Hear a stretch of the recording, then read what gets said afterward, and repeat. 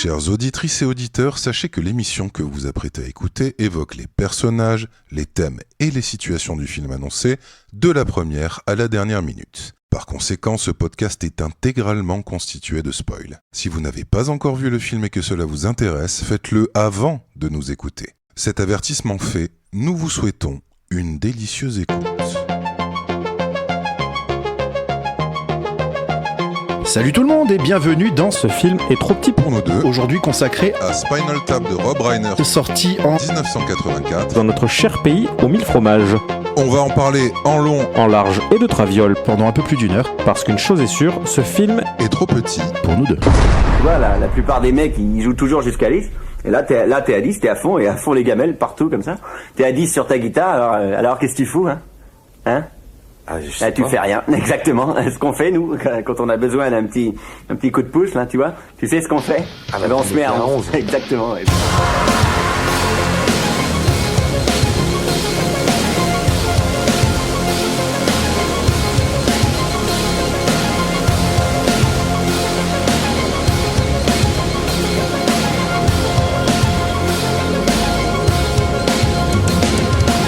Bonsoir tout le monde, bonsoir les gens et bienvenue dans ce nouvel épisode de Ce film est trop petit pour nous deux, je ne sais pas le prononcer.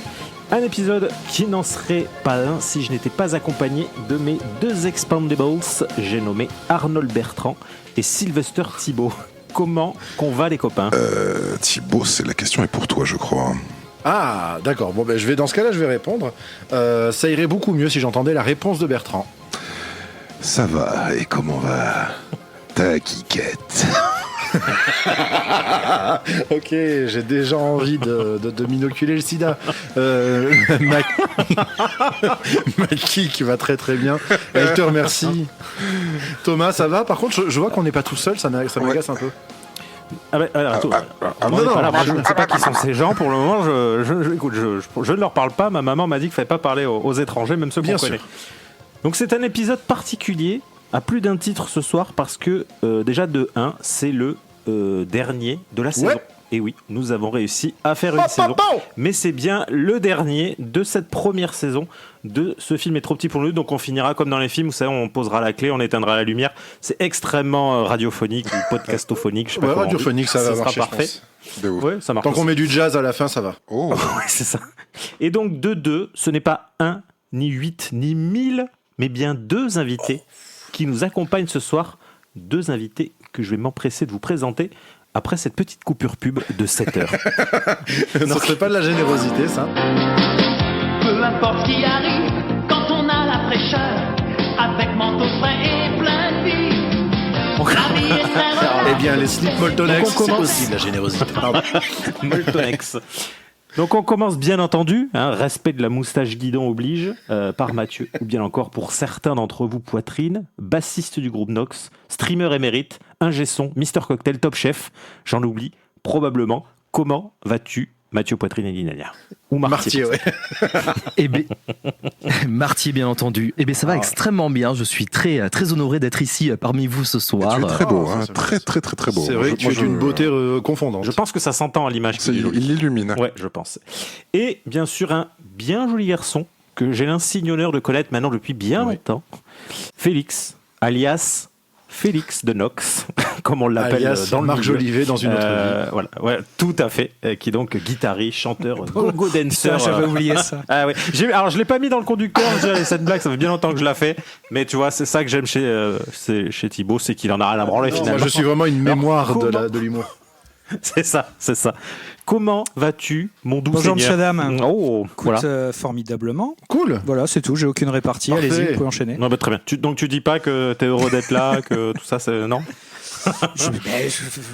Écoute, tout va bien. Je suis très content d'être là. C'est formidable. C'est une première pour moi. Je suis très heureux. Oh là là. Alors qu'est-ce que tu vas nous chanter? T'es venu avec ta maman?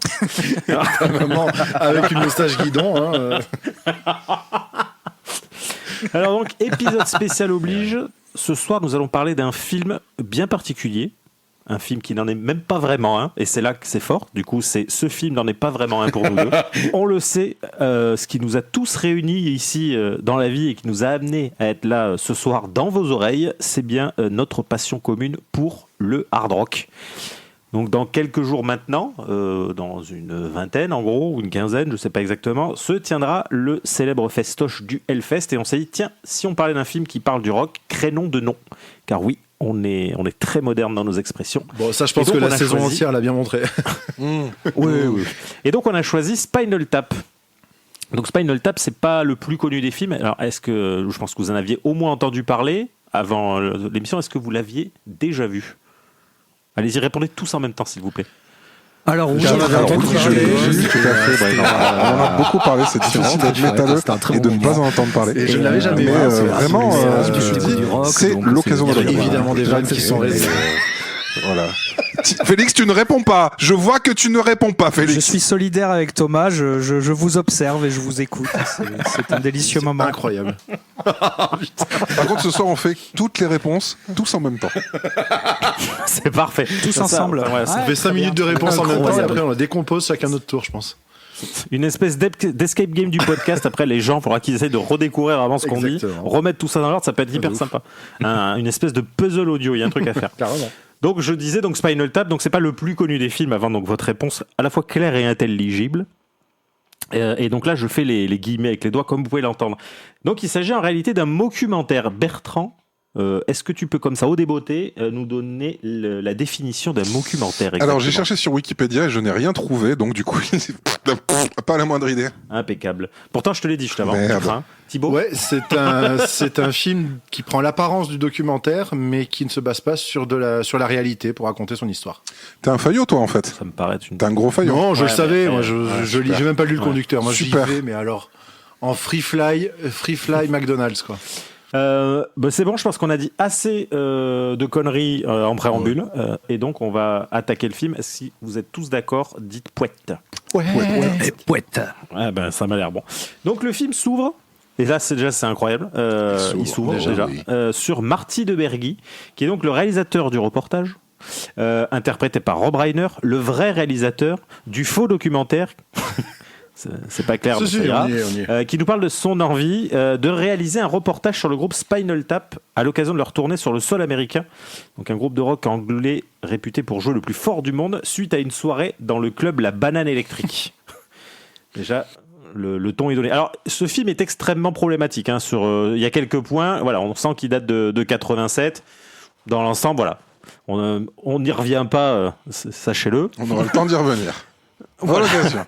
Donc, premier constat, donc voilà, le film ne s'adresse pas au grand public et clairement pas au territoire français, parce que tant la VF et là je m'excuse d'avance de mes propos cacaboudin. Donc ça a été enregistré avec le cul et doublé comme on peut. Hein. Alors on reconnaît une ou deux voix qu'on connaît, mais on n'a pas l'impression qu'il y ait grand monde qui soit intéressé à la qualité de l'enregistrement, quoi. Je trouve qu'en ce qui me concerne, tu vois, comme un Wayne's World qui avait eu l'aide des gens de Canal, en tout cas ceux de l'époque, ça aurait été hyper bien d'avoir ça, je pense, sur un film comme Spinal Tap. Mais en vrai, je pense que c'est... pardon, excusez-moi, je coupe tout le monde tel un gros connard. J'ai tendance à penser que c'est impossible. C'est un peu comme les fan footage. Les doublages sont toujours à chier, en fait. Je crois que c'est impossible d'avoir une bonne version sur un documentaire, un mockumentaire ou un fan footage.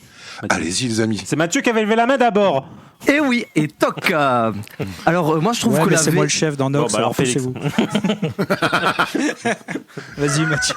je trouve que la VF dans ce film est extraordinaire. Ça Ah ouais rajoute un côté décalage total et Putain, je trouve merci. ça vraiment J'avais trop honte bien. de le penser, du coup, je l'ai pas dit, mais merci. D'accord.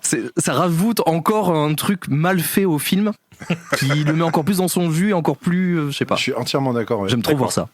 Ça me rend profondément heureux. Et toi, Félix, t'avais levé la mimine?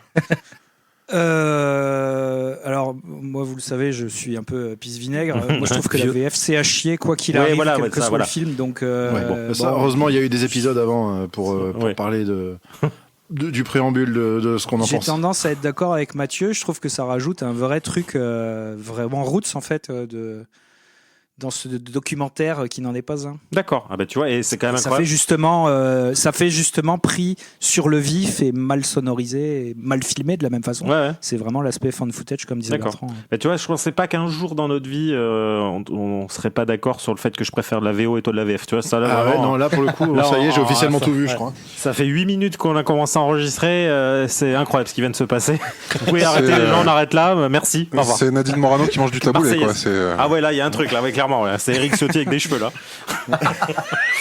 Cela dit, par rapport à la version audio, je l'ai vu il y a fort longtemps en VF et là je l'ai regardé en VO et bon, j'ai juste zapouillé un peu pour voir justement comment la différence, et déjà à l'époque j'avais trouvé ça particulièrement bizarre en fait. Ouais. Ouais, Voilà, c'est assez extrême, ouais. Vous pouvez continuer. Donc ensuite, on découvre les différents membres du groupe au cours d'une séquence où on les voit sur scène. Donc, je vous décris un peu rapido. Donc, il y a le lead guitariste et le chanteur, c'est David Saint-Ebins dans le film, qui est interprété par Michael McKean. Alors lui, qu'on a vu dans 60 000 films, je pense, après, et dans des séries également. Donc, on l'a vu déjà dans le film Cluedo. Pour ceux qui savent, personnellement j'adore ce film. Dans Les Aventures d'un homme invisible de John Carpenter, il a joué dans énormément de séries. Également, on le voit dans Friends. Il a joué dans beaucoup de choses. Ensuite, on a Nigel Tufnell, l'autre guitariste, qui est interprété par Christopher Guest, qui, pareil, a fait pas mal de trucs, notamment des autres films de Rob Reiner. Il a joué dans La Petite Boutique des Horreurs, dans Princess Bride, et c'est également le mari de Jamie Lee Curtis depuis bien des années. Voilà, sachez-le pour la... Depuis une éternité, ouais. Ensuite, donc, le bassiste, Derek Small, donc lui, pareil, incarné par Harry Shearer, que vous avez, si ce n'est au moins vu, au moins entendu, vu que c'est la voix de au moins 7 personnages des Simpsons dans la VO. Oui, voilà, c'est ça. Qui donc a coécrit Spinal Tap. Il est acteur, écrivain, musicien, animateur radio, réalisateur, producteur. Il ramène l'être aimé également. Il répare les ordinateurs à distance. Par contre, le mec a il est doté doté d'une barbe. Exactement. Et donc le gars fait du cinoche depuis 1953 et il est né en 1943. Son premier film, il l'a fait à 10 ans. Il a donc aujourd'hui 81 ans et le gars fait encore des trucs. Il anime des podcasts, des émissions de radio, il est chef d'orchestre, il a une carrière absolument incroyable. Je vous encourage à aller voir, c'est complètement fou. Et tu vois, Félix, tout n'est pas perdu. Hein. Mais je commence à peine, tout va bien. Et ensuite, nous avons donc Mick Shrimpton, le batteur, qui n'a pas de fiche Wikipédia. Et vu que c'est ma seule truc de référence, et que, comme Vif Savage également, le clavier, et qu'en plus, donc, c'est un batteur et un clavier. Oui, voilà, c'est exactement ce que j'allais dire. On fait du rock, on n'est pas à l'église, on s'en fout, et en plus, c'est trop long. Donc, le tout sur le fond musical de Tonight, I'm Gonna Rock You Tonight, qui est la chanson la plus célèbre de Spinal Tap. Ceux qui ont eu la joie de faire le premier Guitar Hero connaissent parfaitement normalement cette chanson, puisque c'était la méga chanson difficile du tout premier. Donc après, alors attention, à pitcher c'est l'enfer, hein, parce que ce film est un documentaire, ce n'est donc une suite d'interviews et de scènes de concert. Donc je pense que c'est un très bon choix pour en parler, c'est idéal. Donc surtout n'hésitez pas à me couper. Parce que alors sincèrement, je vais te couper, ça sera peut-être la dernière fois. Ah, cool. Je crois que depuis le début de la saison, c'est la première fois que j'ai aussi peu à dire d'un film. C'est parfait. Bon, parle d'autre chose alors. Ok. Alors, est-ce que tu peux nous donner, s'il te plaît, la recette des clougs ? Ah non, j'allais parler de la tarte à la merde. Ah, Ouais, non, on va pas parler de Ready Player One aujourd'hui. Non, mais ce que je voulais dire, c'est que... Non, t'as pas le droit de dire ça sur Spielberg. Désolé. Même c'est s'il pas est sur pas bien, Spielberg, t'as pas le c'est droit. sur Ready Player One. Je dissocie l'artiste de l'œuvre, en l'occurrence. Non, en fait, j'avais jamais vu le film, comme vous l'avez entendu en début d'émission quand j'ai donné mon avis. Oui, toujours ce travail de fond qui te caractérise. Non, mais je l'avais jamais vu avant. Je l'ai quand même maté là pour l'occasion. Donc oui, j'ai fait mes devoirs, bien entendu. Tu as lu le livre cette fois ? Oui. Oui, tout à fait. J'ai lu l'album. Je l'ai pas écouté parce que concrètement, j'aime pas le hard rock, mais j'ai lu l'album. Non, le premier truc qui m'a frappé, c'est qu'en fait, je connaissais le film de réputation. Je connaissais la vanne des potards à 11. Qui est très très brillante, et quand je la vois dans le film, elle me provoque énormément de plaisir. Mais le premier truc qui m'a frappé, c'est quand même l'amour profond du milieu, quoi. Ils sont crédibles, ils sont tous crédibles, à tel point que le groupe a fini par exister, mais je trouve que tout est crédible, autant dans le... Alors, évidemment, dans le déroulé, il y a de la grosse connerie, mais dans toute la toile de fond, tout le setup du film, j'ai trouvé ça... je me dis, bon, les gars qui ont fait ça, ils savent de quoi ils parlent, ils aiment clairement ça. C'est ce que je me dis, c'est que justement, ils n'ont pas poussé le curseur sur le côté on prend de la drogue, on fait n'importe quoi. Voilà. En fait, ils n'ont pas du tout appuyé sur le cliché du rocker. C'est vraiment un groupe en tournée à qui il arrive des problèmes. Bertrand, je te vois lever les yeux. Soit on parle pas du même film, soit tu regardes quelque chose à la télé. En fait, j'ai eu l'impression de voir un vieux boomer de son époque. Donc boomer des années 80, en fait, qui regarde le rock avec un regard de boomer, quoi. Comme quelqu'un qui ferait un documentaire actuellement sur je sais pas moi, sur le rap ou quelque chose comme ça. J'ai trouvé ça extrêmement condescendant, en fait. Est-ce que tu as vu le vrai reportage sur Anneville ? Ah, j'allais dire ça. Non. Ouais, tu vois, exactement ça.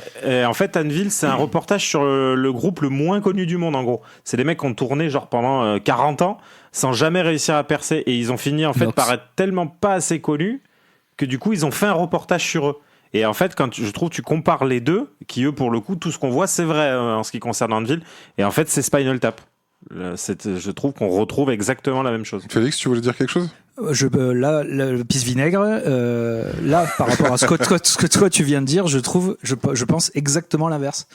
Je trouve ça justement plein de tendresse et de...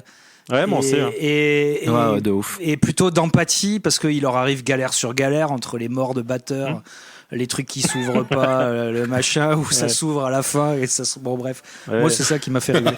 Mais, non, justement, je trouve ça profondément... vraiment tendre. Enfin, le regard est très tendre et pas du tout condescendant. Ça t'a peut-être rappelé beaucoup trop de situations que t'as quasiment connues, et c'est ça qui font que tu vois peut-être. Franchement, à part le succès, je crois que j'ai connu tout ce qu'il y a dedans. Ah, c'est un peu ça.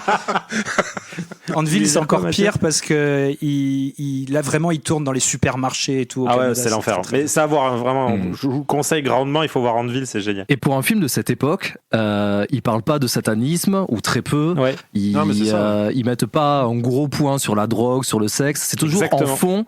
Mais c'est pas des grosses caricatures. Alors c'est des caricatures dans le sens où voilà, c'est des rockstars un peu sur le déclin.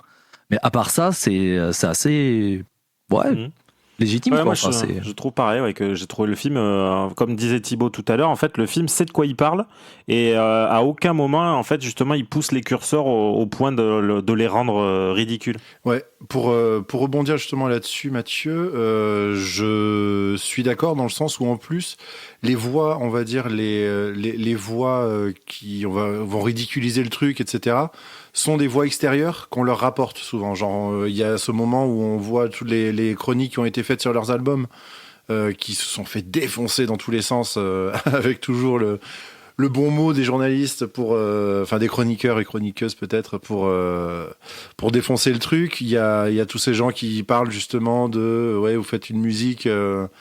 Vous faites une musique qui est pour les enfants ou pour les jeunes et tout ça, et ça vous intéresse pas de faire de la vraie musique, ce genre de truc. À chaque fois, c'est des témoignages qu'on rapporte, et tout ce que le film montre, c'est tout le temps le droit de réponse qu'ils ont. Et en ça, rien qu'en ça, je trouve que ça leur donne le rôle de ceux qui sont là pour défendre leur truc face à des critiques extérieures, etc. Et en ça aussi, je trouve qu'effectivement, le film est plutôt bienveillant avec le milieu du hard rock et le groupe en lui-même. Donc tu lève-toi et va-t'en, Bertrand. Bien sûr. Ah, pardon. Moi, j'allais y aller, j'étais hyper pressé, merde. Donc ensuite, on retrouve le groupe dans une phase d'interview où il nous explique les origines de sa création, ce qui nous rappelle, je sais pas vous, mais clairement pour moi, je sens que c'est le passage du film qui a inspiré Les Inconnus sur le sketch de Douceur de vivre, où en fait c'est vraiment la rencontre, la façon dont ils expliquent, la façon dont ils se sont rencontrés, ce genre de choses, et où donc on les voit aux origines de groupe, où clairement donc ils jouent du Yardbirds dans le swag, la chanson, la façon dont c'est filmé, tout clairement. En fait, je trouve que le film est parsemé de ça. Je sais pas si vous l'avez eu comme moi. Le film parsemé de chaque nouveau morceau est un petit hommage en gros à un groupe cultissime. Je trouve qu'il y a vraiment plusieurs morceaux où on arrive à retrouver des refs musicales immédiatement. Notamment sur ce passage-là où clairement j'entends du Yardbirds. Je sais pas comment vous l'avez capté, mais oui, clairement, ça fait années 60 ou Cream aussi. Enfin, toute cette période-là, de toute façon. Voilà. C'est ça. Tu sens tous ces Pré Led Zepp, en fait. Toutes les stars du métal Ouais, voilà, toutes les stars des années 70-80, avant de découvrir la disto en noir et blanc, où t'avais l'époque où t'avais Lemmy rasé de près qui jouait de la basse. J'ai vu le début des Beatles aussi dans cet extrait-là. Voilà, c'est complètement. Ça. Donc ensuite, le film explique que le groupe a du mal à garder ses batteurs, alors que c'est faux. Tout le monde sait que le plus dur à trouver, c'est les bassistes, clairement pas les batteurs. Donc c'est là où, c'est le moment où le film sonne un peu faux pour moi. Là, ça m'a un peu sorti du film. Tiens d'ailleurs, petite anecdote, Félix. Tu es à l'origine de la création de Nox, il me semble. Tu étais là il y a 30 ans. On peut expliquer ce que c'est. Voilà, du coup, on fait un peu notre documentaire, notre Noxumentaire. Si un jour tu as un DVD, je te le donne, il est cadeau. Tu peux nous dire comment s'est créé ce groupe et me dis pas c'était au lycée, on voulait pécho. Il va le dire, j'en suis sûr. Non. Ah. On voulait pécho quand même. Ouais, ça oui, bien sûr, c'est le rock. On avait un groupe avec le batteur qui s'appelait Carnal à Pau pendant 10-15 ans et on a plus ou moins arrêté pendant 10 jours, mais on s'est dit que ça nous manquait et donc on a remonté autre chose, mais voilà, qui a correspondu avec le retour de guitariste d'origine. Donc quelle belle anecdote. Ouais, effectivement, on va pas faire 1h30 avec ça. Non, je pense pas. Ouais, tu aurais pu parler du fait que tu es le sosie vocal de Max Cavalera et que tu fais même mieux que Max Cavalera et que tu portes encore des shorts camouflage. Ça, c'est des choses que tu pourrais mettre en avant dans un documentaire. Absolument. Et tu peux fouiller un peu les photos sur Facebook ou autre. J'ai ce même short camouflage depuis bon 10 ans. Donc, combien de fois t'ai-je vu en concert? C'est ma tenue de scène. Cœur, hein. Oh oui, tu y as tes habitudes, je crois. Exactement. Je vais probablement souiller une fois ou deux. Donc on en revient au film où on découvre des guests qui n'en sont pas forcément. Donc là on peut apercevoir Fran Drescher, notamment la nounou d'enfer, et surtout donc le patron de la maison de disques qui est interprété par Patrick Macnee, donc le John Steed de chapeau melon et bottes de cuir. Et là, mauvaise nouvelle, si vous avez cette ref, vous êtes hyper vieux. Et ensuite à la fin, j'ai regardé dans le générique en termes de guests, voilà, des gens pas connus mais qui débutaient. Il y en a beaucoup. Il y a Angelica Houston, il y a Billy Crystal, pareil, faut voir la ref. Et il y a aussi Dana Carvey, le Garth Elgar de Wayne's World, qui apparemment, alors je l'ai cherché, mais alors tu sais, il est noté comme le mec qui passe au fond dans le coin, machin. Donc j'ai pas réussi à le gauler. Et puis surtout qu'il doit avoir 15 ans ou 20 ans. Donc ça lui va trop bien d'être apparu dans ce film. Mais en fait, je trouve qu'il y a énormément de connexions entre Wayne's World et je me suis dit ça tout le film, ce qui est normal. Et puis en soi, genre Alan Shearer, donc le bassiste, joue dans Wayne's World. C'est l'animateur de WPORC avec le hurleur, celui qui passe son temps à faire voilà, c'est donc Alan Shearer. Alors, force est de constater, et on en parlait donc tout à l'heure, pour quiconque a déjà regardé un documentaire, donc on disait, le film pour moi donc est très juste. Certains musiciens et Edge de U2 n'ont pas aimé le film parce qu'ils l'ont trouvé extrêmement réaliste. Et du coup, ils trouvaient rien de drôle parce qu'ils avaient juste l'impression de voir leur galère en tournée, à se retrouver à des endroits où ils n'étaient pas censés jouer, à dormir à des endroits où ils n'étaient pas censés dormir. Il y a quand même d'énormes moments de pur malaise. Hein. Ils arrivent dans des endroits où on leur dit la date est annulée ce soir, ça n'aura pas lieu. Il y a que des trucs comme ça. Le moment où ils cherchent la scène, ça a été une angoisse. J'avais l'impression de vivre un cauchemar, mais pour de vrai. J'ai trouvé cette scène démentielle. Je trouve vraiment et tellement drôle. C'est hyper bien foutu. C'est très drôle, mais mais c'est incroyable parce qu'en gros, pour expliquer, à un moment donné, je sais plus dans quelle date ils sont. Mais le groupe quitte les loges pour rejoindre la scène. Et en fait, ils marchent à bloc en plus. Ils sont comme des oufs. Ils sont comme des oufs. Ils se sont chauffés tous les 5 ensemble là. Et ils sont ultra chauds. Et en fait, ils cherchent la scène. Ça dure des heures. Ils se retrouvent dans les sous-sols. Ils tombent sur un homme de ménage qui est en train de nettoyer un couloir ultra obscur qui leur donne le chemin. Et en fait, ils retombent dessus après avoir remarché 5 minutes. Enfin, c'est une scène de cauchemar, vraiment. C'est un espace liminal, le truc. Ça a été inspiré de Pharrell. Je crois que c'est Led Zepp qui a vécu ça. Apparemment, le groupe était sur scène et Jimmy Page était en train de se promener dans les couloirs. Et apparemment, ce serait arrivé à Ozzy aussi. Mais la différence, c'est que lui devait être défoncé. Oui, je pense que lui, il s'en est pas rendu compte. Ouais. Mais c'est marrant parce que j'ai noté plein de trucs qui sont arrivés après. Dans ce film, notamment quand il reste coincé, là. Lars Ulrich a raconté que dans Metallica, ils avaient, sur la tournée du Black Album, d'ailleurs, la pochette du Black Album ressemble violemment à celle-là. Oui. Il était resté coincé. La batterie était en sous-sol et elle montait. Et en fait, il a fait tout le concert en sous-sol parce que le moteur était cassé. Ça, c'est marrant. Ça aurait pu être là, tu vois, mais c'est arrivé 10 ans après.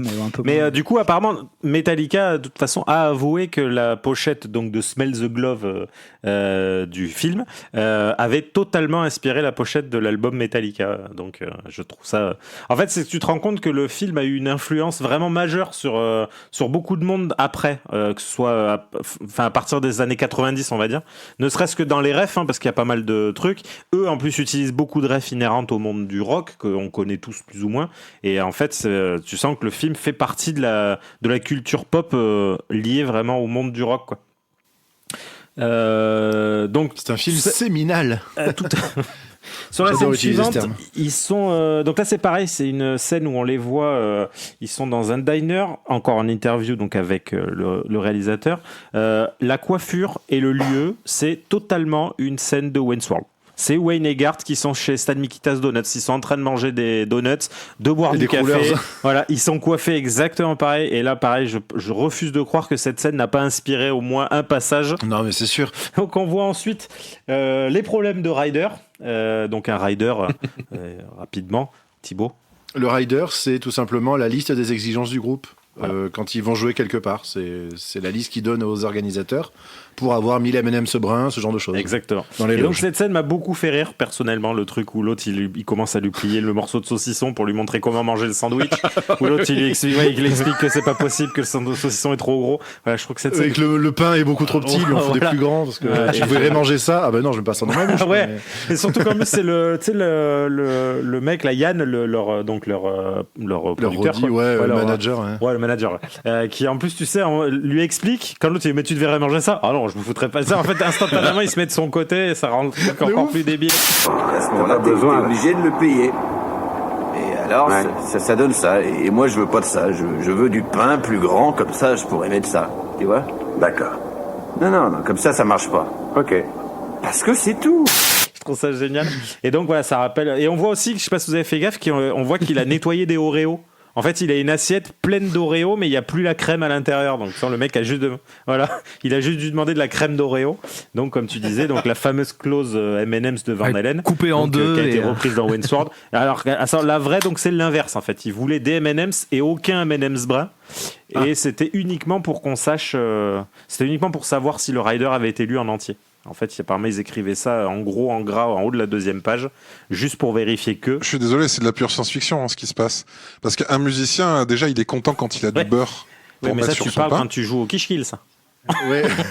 Et il est très content quand le pain n'est pas rassis et que personne n'a pissé dessus. Je sais pas si c'est le cas de tous les musiciens, Bertrand. Mathieu, il est temps de faire un disclaimer. Quoi, sur les soupeurs?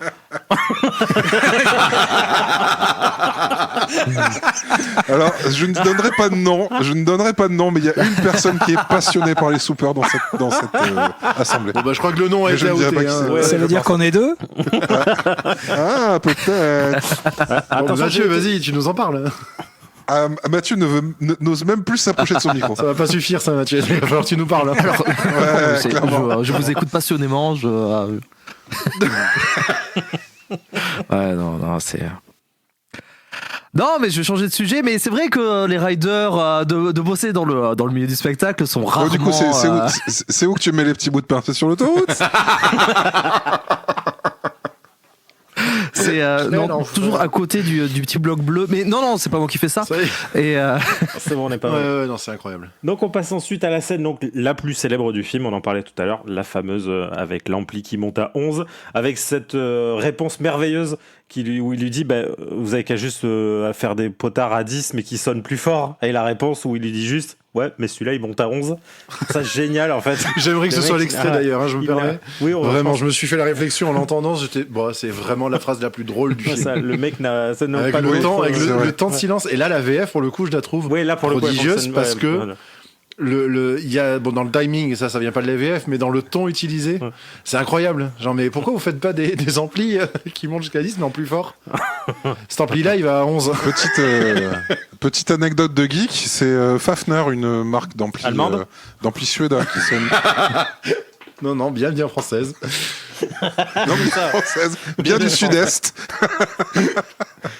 Fafner qui a fait des amplis qui vont jusqu'à 11. Et voilà. C'était évident. C'est un anecdote. Fallait surfer sur ce truc-là. Il y a un groupe, alors je ne m'en souviens plus, mais je sais que je l'ai vu. Il y a un groupe qui grattait sur les amplis Marshall pour écrire 11. C'était gratté, mais je sais plus qui c'est. Je sais que je l'ai vu. C'était pas Manowar qui a à peu près le même, le même but dans la vie. Hein. Ouais, il l'avait fait Juste jouer avec fort. une épée bite, par contre. Ouais, Manowar, c'est sûr. Ah oui, une épée bite avec un slip en peau. Et le truc, c'est que eux, ils y croyaient. Hein. Ils y croyaient, ils rajoutaient 11. Ils avaient l'impression que ça sonnait plus fort. Hein. On les embrasse. Donc ensuite, on enchaîne donc avec l'interview de Yann. Donc on en parlait, le manager du groupe. Alors ce qui est très bizarre, c'est qu'on est tous d'accord que c'est le sosie de Bob Rock. Mais avant Bob Rock, je trouve qu'en fait c'est incroyable. Les mecs ont réussi à anticiper, à faire une blague sur un personnage existant qui finalement n'était pas trop connu à ce moment-là. C'est ça, Et c'est un problème. Et c'est Bob Rock avec un strabisme en fait. Bob Rock, on resitue. Mathieu, vas-y saute, on t'a passé. Alors, en plus t'as le meilleur, c'est quand même dommage. Ouais. C'était en 1943 que... Non mais, en vrai, pour rebondir sur le strabisme du manager, c'est vrai que c'est le seul à parler à une personne et à faire un regard cam tout du long de la séquence. Et j'ai trouvé ça merveilleux. Je le voyais sonder mon âme pendant qu'il parlait à une personne. J'étais mais comment il fait ça? Il était en train de pondre dans ton âme. Ce qui est d'ailleurs je dirais une sublime manière de ne pas répondre à la question. Mathieu, qui est Bob Rock? Bob Rock est un producteur des soupeurs. Alors le petit morceau de pain est mis dans les... Et Bob Rock... spécialiste de soupeur, Mathieu. musique. C'est ce que la France veut savoir. Répondez. Allez, vas-y. Je sais plus, Bob Rock, voilà, c'est un mec qui a produit moult albums de rock ultra connus et qui était connu pour être un sacré salopard avec ses groupes. Et voilà. Mais qui était aussi connu pour avoir quand même un tout petit produit Metallica jusqu'à, je crois le dernier, c'est Saint Anger, parce que c'est même lui qui joue de la basse dessus. Il me semble bien. Et c'est après que du coup il a arrêté. Cette caisse claire, c'est de sa faute. Vas-y, on je la trouve très bien. Je suis la seule personne au monde à défendre cet album. Hein. Alors, on peut prendre une heure si vous voulez. Attention. Mais moi je l'aime beaucoup. Hein. Pas... Ah bah tu vois. Non, on est deux. Mais enfin, je l'aime beaucoup. Je l'aime bien. Oui. Oui. Ben on est que deux. Bah, c'était eux. Et alors là où c'est classe, c'est qu'ils sont deux dans le monde et on les a réunis ce soir. Ouais. Ce serait quand même dommage de pas prendre un petit quart d'heure pour effort, parler. très bel effort. Connu comme ça, quand même. Comme la fois on a réuni les deux fans de Phénomène. C'est l'épisode sur Twister. Ouais, tout à fait. Et j'ai la ref, OMG. Oh putain. J'écoute le podcast. Seigneur Dieu. Waouh. Putain, c'est lui qui écoute notre podcast, on l'a trouvé. Tu l'écoutes pas mal de fois, mine de rien. Donc ensuite, on les voit dans leur période hippie, donc qui pour moi est le moment donc de la ref aux Beatles, où clairement on est dans l'époque Yellow Submarine avec les pattes def et les fleurs partout. Sgt Pepper et tout ça, quoi. Voilà. Ensuite, on revient encore une fois en interview, où on apprend donc que tous les batteurs meurent mystérieusement. Donc le premier est mort noyé dans son vomi, mais on apprend que c'est pas le sien. Et le deuxième, je trouve que c'est la phrase la plus absurde. Alors surtout, toi Thibaut, je pense à toi, parce qu'avec notre passion pour les phrases absurdes, quand il explique que le mec a explosé et qu'on a juste retrouvé une espèce de paillette, enfin de petite... un globule vert. Voilà. Verte.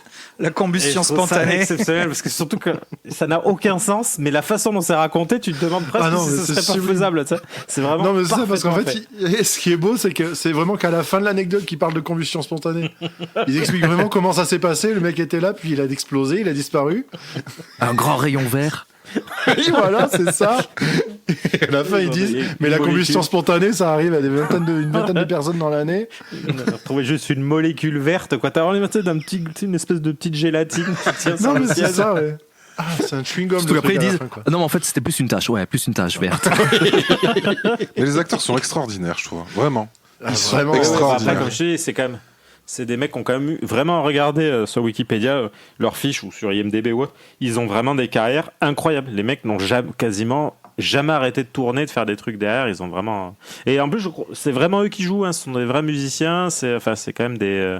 c'est très... Et ils ont fait des albums et ils ont fait des tournées. Ouais. C'est très américain, ça. Les Blues Brothers, dans l'esprit, ont fait pareil. Ils ont monté le groupe sur une blague au Saturday Night Live et on en parle encore dans ce podcast en 2024. Et c'est beau. Ça, c'est important, ça. Mais c'est important. C'est un super film, d'ailleurs, de John Landis, les Blues Brothers. Moi, j'adore. Je l'ai encore vu il y a pas longtemps. C'est un très, très bon film. C'est une très bonne comédie. J'ai vraiment envie il y a très longtemps. Ouais, c'est la pierre angulaire de ma vie. Voilà, exactement. Mais si tu veux, derrière, c'est ça qui est fort, c'est qu'ils font des albums qui sont devenus des vraies références. J'ai une autre vie, je fais pas que du métal, je fais aussi du blues et là, en l'occurrence là il y a que des monstres Et derrière, des tournées, des lives, vraiment beaucoup et de très grande qualité. Et ils ont fait un deuxième film qui n'était pas très intéressant, mais Blues Brothers 2000. j'ai retrouvé vraiment ça dans Spinal Tap, c'est que ouais, c'est ça, ouais. Et dans ce film Spinal Tap, ce que j'avais pas noté en fait quand je l'ai vu la première fois, c'est que tout est vrai au final dans le fond du truc. Je trouve ça très balèze. Ils sont forts ces Américains. Un petit hommage à Michel Sardou. Bien sûr, qui, rappelons-le, a quitté Paris. Oui, parce qu'on peut plus rien dire malheureusement. Ouais, exactement. Donc le groupe découvre ensuite la version édulcorée de la pochette, donc qui est passée donc c'était une femme recouverte de miel avec une qui devait renifler un gant et un mec qui la tenait en laisse. Elle était attachée en laisse, tenue par un homme qui lui faisait renifler un gant. Voilà, qui finalement, quand on voit certaines pochettes de groupes de métal, n'est pas si choquante que ça, hein, ça va. C'est ça, et on leur reproche un côté un peu sexiste et ils ont du mal à piger le truc. Ouais, c'est ça, ouais. Les mecs sont déconnectés, alors c'est en fait bon. Et en soi, mais là, je pense qu'à ce moment-là, ça fait également partie des raisons pour lesquelles Michel est parti. Et quand il a pas compris pourquoi la pochette était sexiste, il s'est barré. Et ensuite, donc la version édulcorée, donc une pochette. Donc on leur dit, vous inquiétez pas, on fera 2-3 modifs. En fait, non, c'est une pochette entièrement noire, mais qui pour le coup a une gueule incroyable. En fait, hein. Même eux, au final, ils disent ouais, c'est génial, on se voit dedans. On dirait un miroir en cuir. Ouais, c'est ça. Alors dans la VO, il parle de Black Mirror. Ah, ouais. Dis donc, 40 ans en avant, il avait c'est séminal au point d'avoir inspiré une série. Le Black Mirror, j'ai découvert ça sur le tard d'ailleurs, pas la série, mais la signification du terme Black Mirror, en fait, c'est quand tu te vois dans l'écran d'ordinateur éteint. Ouais, ou du téléphone, ouais. Donc, je trouvais marrant, comme tu dis, la référence qui n'existe pas. Ils arrivent à faire plein de refs en avance. C'était les Simpsons. Hein, un peu. La preuve, il y a Harry Shearer, donc c'est les Simpsons. Exactement, c'est exactement ça. Donc ensuite on les revoit à nouveau sur scène. Donc là cette fois c'est du Who. Clairement le morceau avec le clavier et autres, c'est une chanson des Who. La chanson est énorme. D'ailleurs une question que je me suis posée, Thibaut. Je sais que c'est pas du tout ton style de rock, on va dire. Est-ce que t'as quand même, ça t'a dérangé dans le film, ou est-ce que t'as quand même passé musicalement un bon moment? Ça m'a pas du tout dérangé parce que déjà c'est le contrat, quoi. On sait qu'on y va pour entendre cette musique-là parce que les gars c'est leur truc. Et non, ça m'a pas plus dérangé que ça. Clairement, c'est pas des musiques vers lesquelles je retournerais. Mais il y avait un morceau qui arrive plus tard dans le film, un morceau dans une petite phase. Ah, ou alors non, c'est pas à ce moment-là, mais ils font un morceau sur. Oui, c'est au moment où ils sont avec Stonehenge et tout ça, là, où ils invoquent les druides et tout ça. Le morceau, je l'ai trouvé vraiment cool. Pourtant, c'est du Maiden, je trouve. Hein. C'est vraiment du New Wave of England, machin. La façon dont c'était fait, tout, il y avait un vrai truc. J'ai trouvé plus inspiré que les autres. Ouais. Mais enfin dans mes critères à moi, bien sûr, hein, qui sont très limités, je vous l'accorde.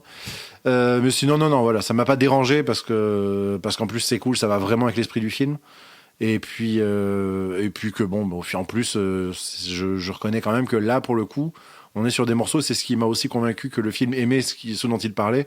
Il y a un vrai taf de compo dessus. C'est assez cool, quoi. Félix, tu voulais dire quelque chose, je crois. Non. Très bien. Non. Si, c'est que moi, ce morceau-là, c'est celui que j'ai détesté le plus. Ah ouais, mais je pense que je l'ai le plus aimé parce que c'est un genre que j'aime pas. Du coup, quand ils vont chercher dans un truc un peu différent, c'est là où j'accroche. C'est vraiment prog. Voilà, c'est plus mon truc, ouais. Prog, clavier au taquet. Celui avec les druides, la Stonehenge. Ouais, je trouve que pour moi, qui sonne vraiment comme je trouve qu'il sonne comme du Maiden, mais avec un clavier. Tout ce que t'aimes, Bertrand. J'ai vu ton œil se relever. Non, pas du tout. Justement, je le trouve pas trop mal ce morceau, donc je trouve pas que ça ressemble tant que ça à du Maiden. Ça me fait plus penser à du prog. Et toi, Mathieu, du coup? Alors moi, le morceau, j'étais plus captivé par deux nains qui dansaient autour. Ah, mais ça c'est incroyable. Mais ça, on va revenir là-dessus parce que c'est beaucoup trop beau. Ça la regarde sous le coude, elle est incroyable. Les morceaux de tout le film, je les ai trouvés vraiment cool. Avec ma petite préférence, c'est quand ils sont dans le diner, où ils font a cappella le morceau qu'ils ont composé à 8 ans. Là. Ouais, mais ça, oui. Là, je trouve trop bien, ou enfin, je sais pas, il y a un vrai truc qui se passe à ce moment-là. Je suis d'accord. Et autrement, tout le reste du film, sans plus, tu vois, les morceaux. J'aime bien, c'est dans le film. J'irai pas les écouter en dehors. Pareil. Prochaine fois qu'on part en tournée, je le mets sur l'autoradio. sur l'autoradio, attends. Sur l'autoradio. Tu vas en bouffer. Il est auto-reverse.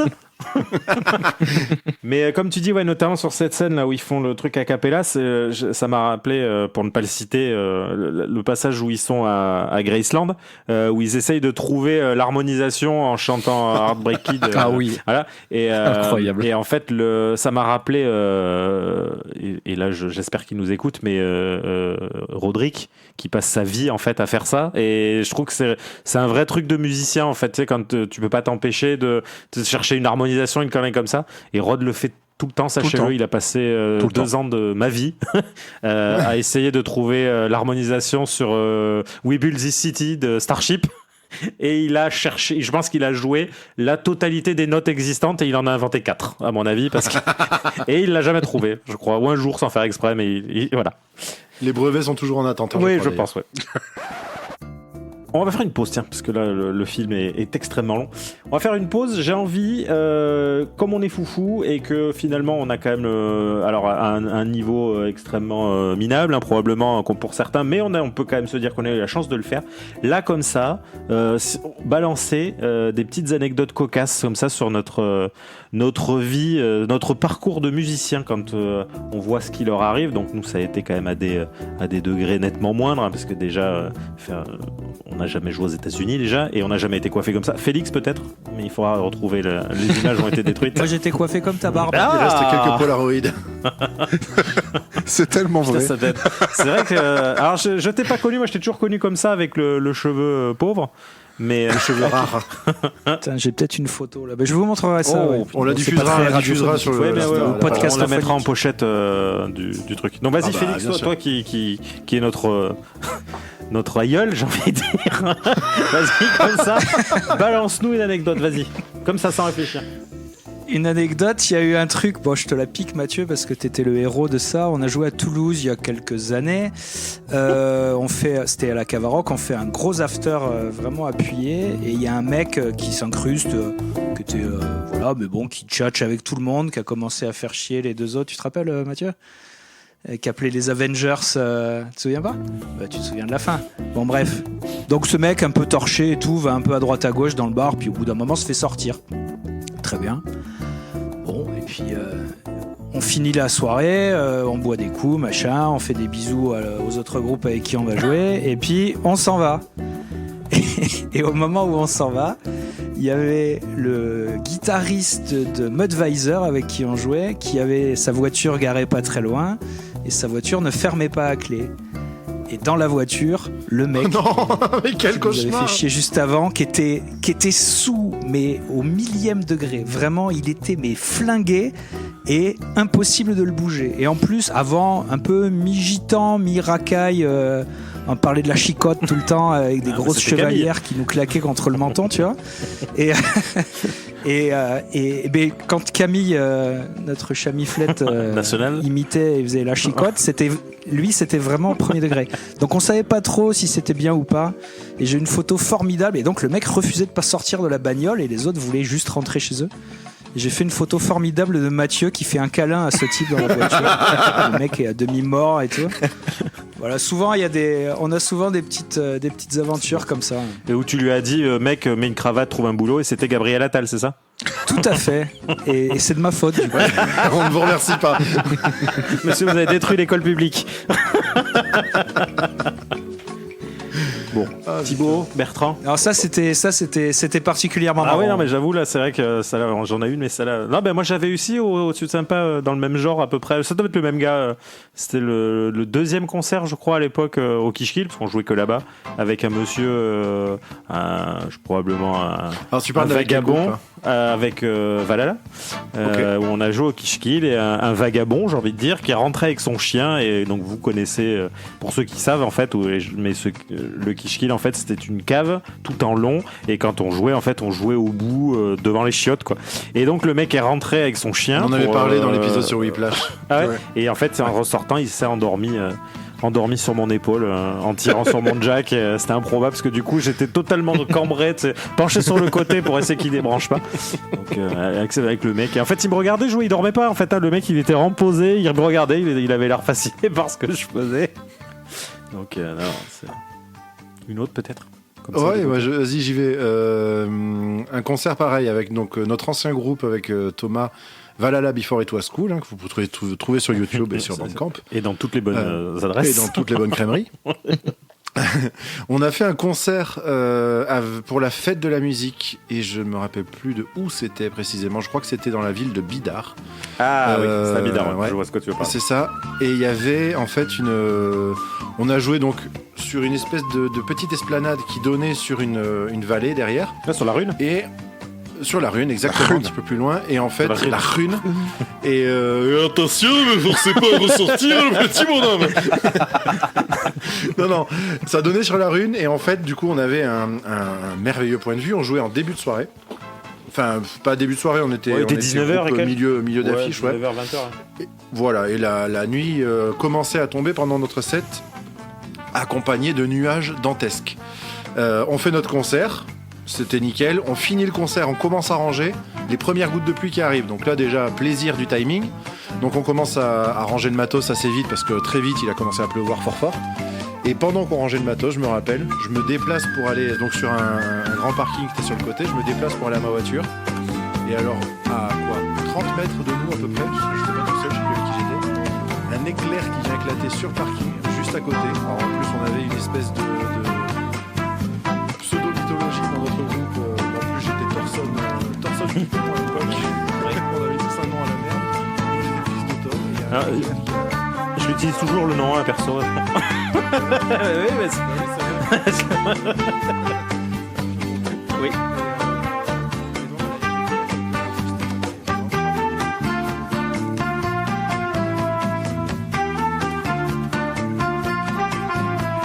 Il y a un petit truc de mais je crois qu'il y a Papa Thor qui est venu nous féliciter pour le concert, ça m'a fait très plaisir. Mais c'était un point où j'ai vu des petites étincelles sur le sol à côté de moi.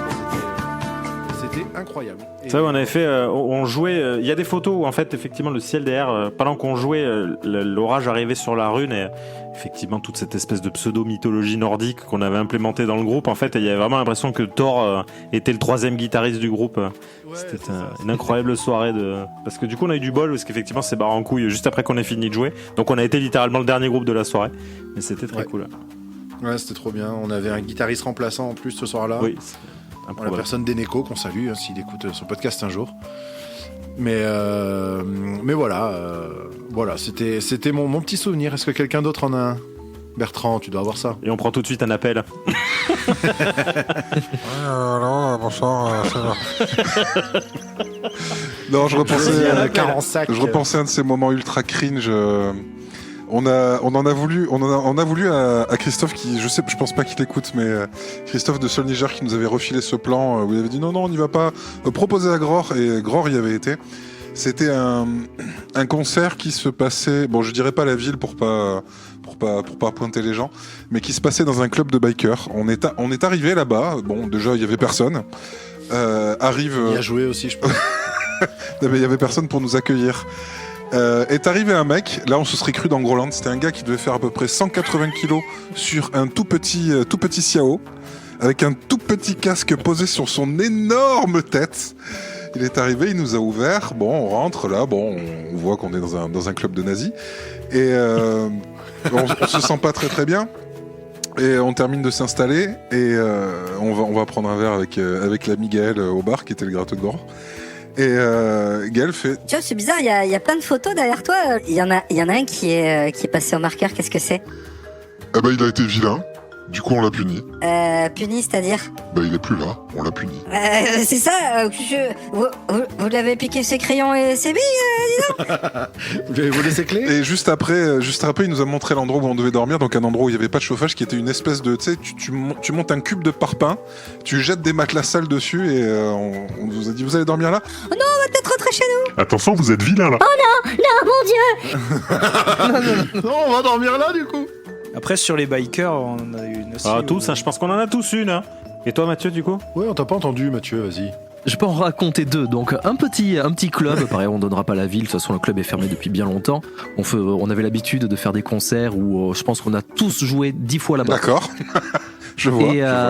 Et un jour, une grosse Harley arrive devant le bar. descend, rentre dans le bar, met un gros coup de pression au barman qui fait déjà pratiquement, enfin au moins son bon 1m90. Alors moi qui suis petit, il fait très grand. Et le barman qui sort une grosse enveloppe de la caisse. Et il était très en colère de donner cette enveloppe. Et qui la donne au biker qui s'en va plus Je me loin. rappelle de ça. C'était nos thunes. Du coup, Non, sinon avec les bikers, c'est vrai que c'était un club où il y avait vraiment tous les codes, quoi. Les loges, c'était l'endroit où il y avait la table et le marteau et tout. C'était assez marrant. On fait un concert très très cool. Et puis à la fin, il y avait beaucoup de clubs annexes de bikers qui étaient venus. Et en fait, à la fin, il y a un mec qui vient nous voir, qui fait « Ouais, c'était hyper bien, j'ai envie de vous faire jouer dans mon club qui est beaucoup plus gros qu'ici. Vous allez voir, nous, on fait des soirées énormes et tout. » Je dis « Bah écoute, très cool, on était tous les 4 autour de lui. Bah ouais, super. Prends mon contact. » Et là, il sort son téléphone et en fond d'écran, il y avait 2 S avec un aigle. C'était un beau logo SS. Et en fait, je fais c'est sur le moment. Je dis écoute, t'as qu'à liker la page du groupe et puis tu nous envoies un message. J'allais lui laisser mon téléphone en fait. Et je dis non, mais t'as qu'à liker la page et puis tu nous envoies un message et puis on verra. Et ce groupe, notamment de bikers, j'étais allé chercher un petit peu. Donc évidemment, on n'a jamais joué pour eux. Oui. Avait fait la sécurité à l'époque pour des conférences d'Alain Soral. Je trouvais ça magnifique. Oh, bah dis donc. Des grands esprits, quoi. Des gars bien. Du coup, on a joué pour Alain Soral. Non, pas du tout. Parce que là, ça va le coup, putain. Là, il y avait du monde et c'était bien. Hein. Donc on retourne au film. Donc on enchaîne ensuite avec une scène de piano. Donc c'est personnellement la scène qui m'a fait connaître Spinal Tap il y a maintenant bien longtemps. Oui, mon bon Félix. Ouais, ok. Alors vous écouterez l'intro au piano. C'est Mistral gagnant de Renault. Ah ouais. Et c'est pas Ça y fait penser. C'est Mistral gagnant de Renault. D'accord, faudra que j'écoute. Tu crois que ça a été fait ce que j'ai à dire. sur la VF faut ou... comparer les dates. Est-ce qu'ils l'ont foutu sur la VF ou est-ce que c'est vraiment la bande son originale? Note du monteur. En effet, dans la version française, le morceau ne ressemble absolument pas à Mistral gagnant. Moi, je l'ai vu en VO, donc je pense que Mistral gagnant est sorti après. Donc ils ont aussi annoncé Mistral gagnant de Putain, Renault. c'est incroyable. C'est vraiment, c'est incroyable. C'est Nostradamus. Il a raison, c'est les Simpsons. Et il y a un C'est lui. dénominateur commun entre les Ça deux, vient de donc là. je suis désolé, maintenant on sait qui c'était. Donc cette scène, en fait, j'ai connu Spinal Tap, donc avant Spinal Tap, à travers cette scène, il y a bien longtemps maintenant, et là je m'adresse à tous les vieux punks à roulettes comme moi, et je dédicace donc tout spécialement à Thomas, parce que ça fait partie des choses qu'on écoutait à l'époque quand on s'est connus. C'était la fin d'un morceau d'Uncommon Men from Mars à l'époque sur un EP qui s'appelait Welcome To. Je suis très, très influencé par Mozart et Bach, c'est comme ça, entre les deux, c'est du Mac, en quelque sorte. Et ça s'appelle comment? Enfin, pour l'instant, ça s'appelle Suce ma pompe. Ah oui. Toute cette scène absolument improbable où le mec il part dans des envolées, où il joue du piano, c'est une scène un peu malade et ça finit par une horreur. Je trouve ça très drôle. c'est en ré mineur. Ouais, ré mineur, c'est un accord. Donc la tout scène le monde à chaque fois. suivante où on en parlait tout à l'heure, on les voit donc se perdre dans les couloirs de la salle. Donc une scène très drôle, surtout ce truc où ils arrivent, où le mec leur donne une explication improbable, donc l'agent d'entretien. Ils repartent et ils reviennent, où ils tombent sur le mec en disant mais merde, c'est pas possible. C'est le genre de truc qui peut énormément me faire rire. Pour moi, c'était vraiment une scène de cauchemar. Mais j'ai l'impression d'avoir vécu ce genre de scène dans un cauchemar. Heureusement, on n'a jamais joué dans des lieux très grands. On pouvait pas se perdre. Je me suis jamais perdu vers les chiottes du Kishkill, ça va. Donc ensuite, on voit la scène du solo. Où il fait beaucoup trop de trucs. En fait, en gros, il a sa gratte, il met des coups de pied dans une autre. Après, il se met à gratter la gratte avec un violon. Et finalement, le petit détail. Pardon, il y a un petit détail dans cette scène qui m'a dégommé. Je crois que je l'ai aussi. Oui, c'est formidable. Il joue donc il gratte sa guitare avec un violon, comme si le violon était l'archer. Et en fait, il écoute, il y a un truc qui le dérange, du coup, il réaccorde le violon pour continuer à jouer. Mais c'est pas ça qui sonne, c'est un calvaire cette scène. Et là, en fait, non, je me suis surtout dit, est-ce que, je sais pas si il existait déjà à l'époque, mais finalement, il en fait beaucoup moins que Yngwie Malmsteen. Mais je me dis, c'est ce genre de truc, en fait. Déjà à l'époque, il moquait, tu sais, les youtubeurs quand on faisait des caisses à sortir des trucs improbables. J'ai l'impression que là, pareil, Ils avaient 35 ans d'avance. Non, c'est très Led Zepp aussi. Page, il jouait avec un archer. Il y a un peu de ça aussi. Donc ensuite, on passe sur une autre chanson. Donc celle qui, comme on disait, donc qui pour moi me fait penser à du Maiden. Donc avec le batteur qui, je ne sais pas pourquoi, à ce passage précis, a le casque du méchant du premier Mad Max ou du deuxième Mad Max. Je ne sais pas pourquoi. Et donc l'arrivée de ce décor minuscule qui est absolument incroyable avec les nains qui dansent. Il y a rien qui va. Enfin, cette scène est improbable, cette espèce de micro-truc. Juste avant, en fait, il y a cette péripétie du groupe qui consiste à un peu se disputer sur le design scénique qu'ils vont utiliser et que le guitariste, du coup, propose Stonehenge. Genre, tout le monde connaît, tout ça, on peut faire. Il fait un dessin d'une arche façon Stonehenge qu'il pourrait avoir sur scène, qui pourrait être trop classe, tout ça. Et en fait, du coup, il l'envoie à fabriquer chez une personne qui va s'occuper de faire la maquette et qui leur fournit un truc, mais qui fait 60 cm de haut. Alors parce qu'en fait, il confond les pouces et les mètres et les centimètres. Je crois qu'il a confondu les pouces et les pieds, je crois. Je pense qu'en VO, c'est ça. Je crois que c'est un truc comme ça, ouais. Je pense que c'est plus ça. Ça paraît très logique parce qu'en fait, on voit que c'est le symbole qui dessine. En français, en fait, il lui dit qu'il confond les mètres et les centimètres. Du coup, la blague marche moyen parce que tu dis passer de 18 cm à 18 mètres. 18 mètres, ça marche pas. C'est chaud quand même. La hauteur sous plafond dans la salle, elle est sauvage quand même. Et non, et voilà, et du coup, il se retrouve avec une arche à la Stonehenge, mais qui fait 60 cm sur scène. Et c'est là, donc, que, du coup, Félix, ce petit détail qui a fait chavirer ton cœur, qu'il y a des nains déguisés en elfes, en petits lutins, qui viennent danser une petite chorégraphie sur scène, c'est absolument délicieux, à côté d'une arche de Stonehenge qui, du coup, est ridicule. Minuscule. Et surtout qu'en plus, les mecs dansent, et j'en dirais qu'il y a un marionnettiste qui fait danser l'arche, parce qu'elle bouge, en fait, elle danse à côté des nains, on dirait. Ça n'a aucun sens. Et surtout dans la scène d'après, en plus, où ils en discutent, où l'autre il dit bah on a qu'à mettre les nains un peu plus loin. On a qu'à les mettre plus loin, ça fera la blague. De l'autre côté de la scène. Il faut jamais qu'ils se rapprochent du truc pour éviter que ce soit trop ridicule. Ouais, les pépites, c'est incroyable. Ça m'a beaucoup fait penser au nain flûtiste de l'Eurovision de l'an dernier. On a tant regardé. Le fameux. Qui était magnifique, hein, avec ses plumes là. C'était incroyable. Les mecs s'étaient chauffés. Puis on l'écoute tellement souvent. Si vous connaissez pas, je vous invite à chercher nain flûtiste. Je crois que je sais plus quel pays ils étaient. C'était un pays d'Europe de l'Est, mais c'est improbable. Il y a rien qui va dans ce. Mais c'est le truc. Probablement. Tu sais que c'est mon. Tu sais, on avait fait un épisode 0 où on parlait de nos films, tu sais, un peu honteux et tout ça. En ce qui me concerne, l'Eurovision, c'est un peu ça. Tous les ans, je me fais couillonner, je finis par regarder parce qu'en fait, il y a toujours des pépites de fou. Il y a quand même l'Epic Sax Guy. Moi, je l'ai vu en direct, l'Epic Sax Guy. Et donc, à partir, voilà, en fait, c'est une mine d'or quand parce que ce qui est drôle, en fait, c'est le décalage. Moi qui aime beaucoup l'absurde, c'est à mourir de rire parce que c'est absurde ce qu'ils proposent. Mais ces gens-là sont extrêmement premier degré. Du coup, le décalage qui se crée, il est absolument fou. Je pense que personne n'est capable d'écrire ce qu'on voit dans l'Eurovision. D'ailleurs, apparemment, ils ont fait un film avec Will Ferrell que j'ai pas vu, qui apparemment est complètement taré. Sur l'Eurovision. Ce qui est incroyable quand tu regardes l'Eurovision, c'est que en fait, si tu te demandes pas qui veut gagner l'Eurovision, il y a quelques pays qui veulent le gagner, mais la plupart c'est qui veut perdre l'Eurovision. Parce que tous les ans, tu vois l'Angleterre quand même qui a produit ce qui se fait de mieux en matière de musique quand même sur la planète, qui tous les ans envoie un des trucs les plus ignobles de la sélection. Ça laisse rêveur à chaque fois. Parce que comme plus, il y a la jurisprudence Lordi. Où en fait avant tout le monde faisait des chanteurs à voix machin, et en fait quand Lordi a gagné, du coup tous les ans tu peux être sûr que là cette année c'était cette année du coup c'était 2023, c'était les Allemands. C'était une espèce de, je sais pas si vous avez vu, c'était une espèce de groupe de heavy metal un peu SM. C'était totalement improbable on aurait dit le chanteur de Twisted Sister. Enfin, c'était horrible. C'était exceptionnel, exceptionnel. Il y a des trucs, et notamment donc et puis ce nain flûtiste, je sais plus ce qu'ils étaient. De la Moldavie, je crois, quelque chose comme ça. Slovène, je crois. Mais enfin, je vous conseille fortement de trouver ce nain flûtiste parce qu'ils ont quand même réussi à mixer vraiment de la flûte traditionnelle avec de l'électro, avec un mec qui chante dans une langue, on dirait du Mondo Shawan derrière. C'est exceptionnel. C'est vraiment, ça à écouter, c'est vraiment incroyable.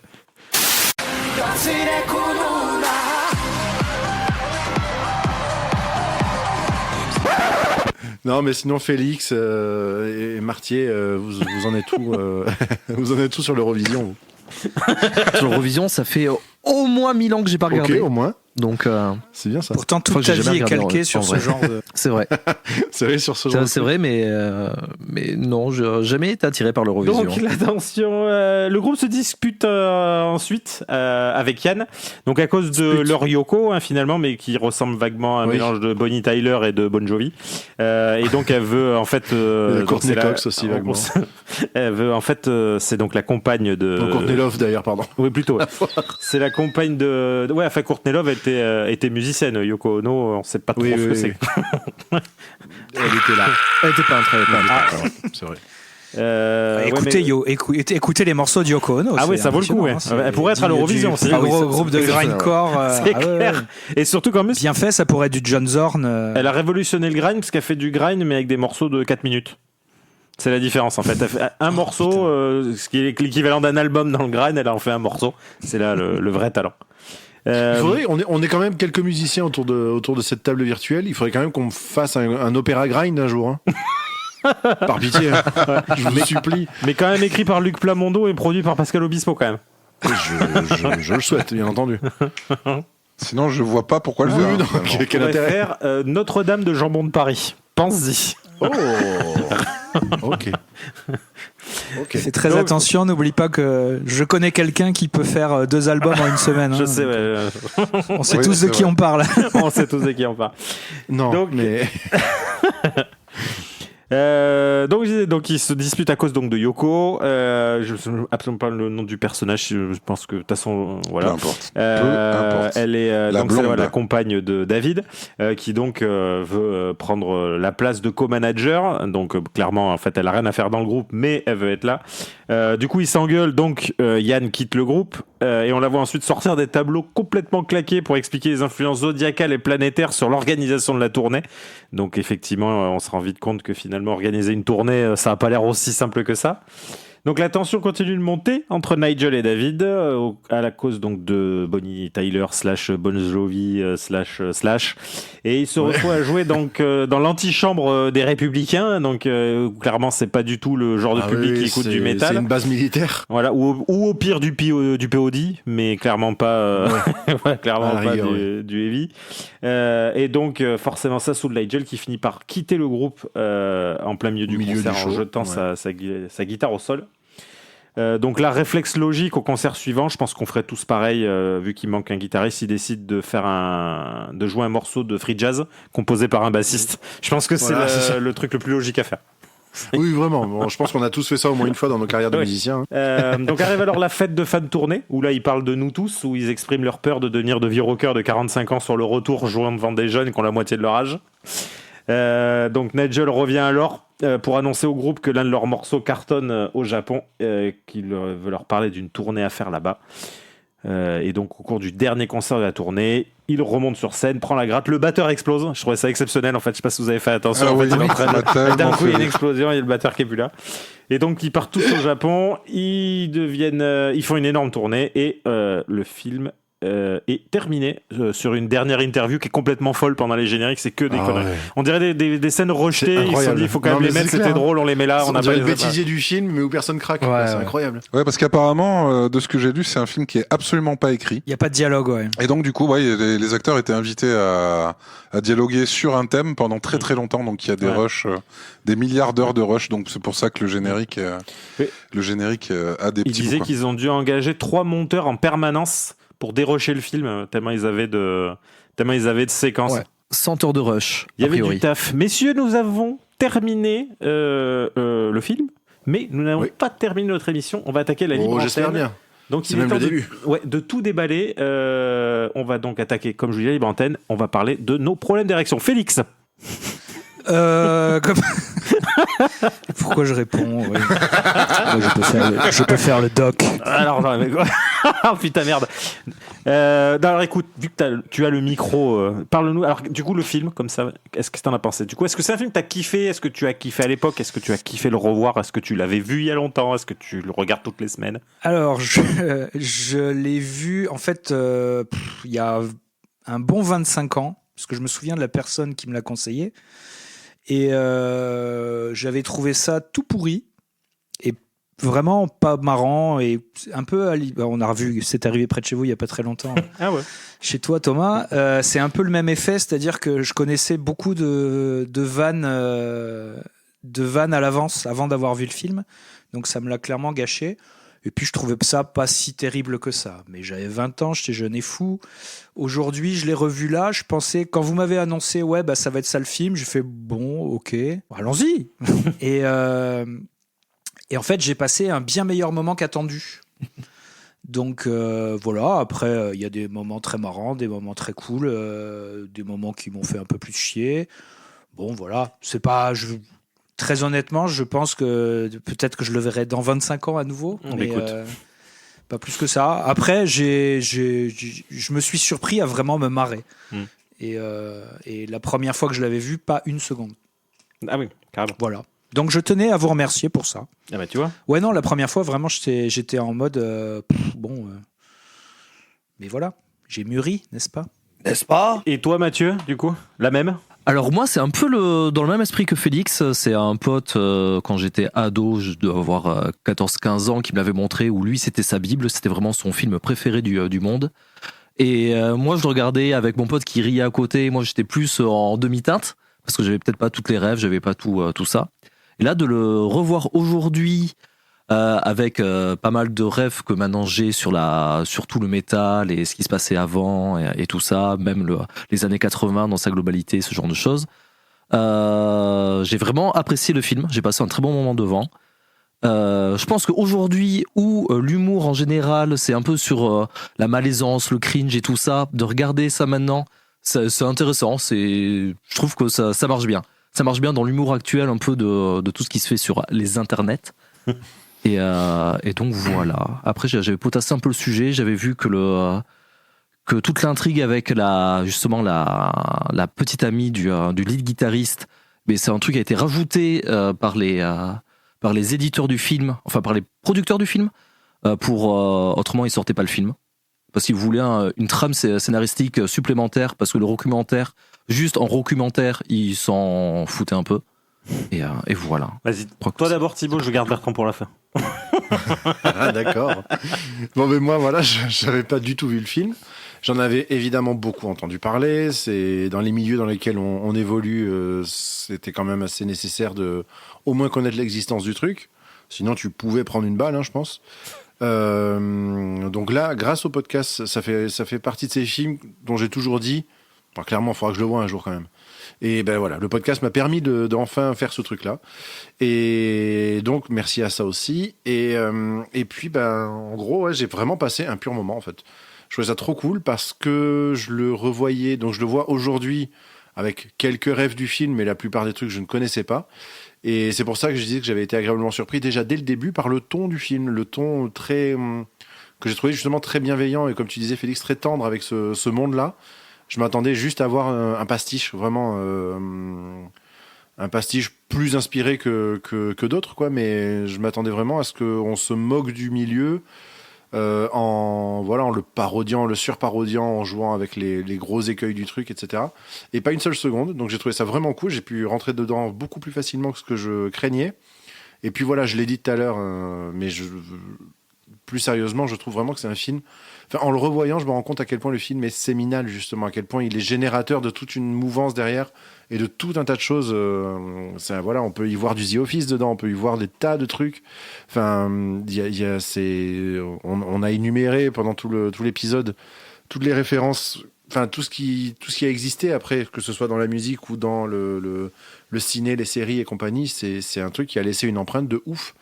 Et alors je sais pas si ça a vraiment laissé une empreinte, si les gens sont inspirés de ça, ou si ça a juste été un peu clairvoyant dans les directions qu'allaient prendre ces différents domaines. Mais j'ai trouvé ultra intéressant la découverte de ce truc aujourd'hui, alors que j'avais peur de l'effet clairement la vague est passée et c'est plus du tout le bon moment pour découvrir ce truc. Et j'ai pas du tout ressenti ça. Je trouve que c'est un objet filmique qui se reçoit très très bien encore aujourd'hui. Donc pour peu qu'on ait un peu évolué dans ce milieu-là, je pense. Je sais pas comment des personnes qui ne connaissent rien à ce monde-là je pense que le vivraient. Impossible à voir. Je pense que si tu n'as pas les rêves, si ça t'intéresse pas, ça va être compliqué. En le revoyant, là, ça m'a fait penser à Vampire en toute discrétion. Là. En toute intimité. J'ai retrouvé un peu cette ambiance-là. Bon, je sais pas, pourquoi tu trouves que c'est excluant ?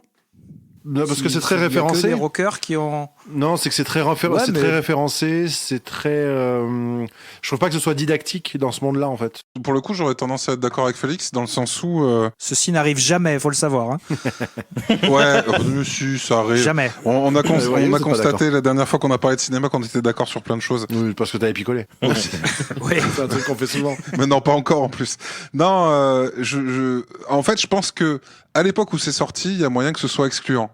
Mais là, en fait, finalement, il raconte ce qui est devenu la légende du rock, en fait.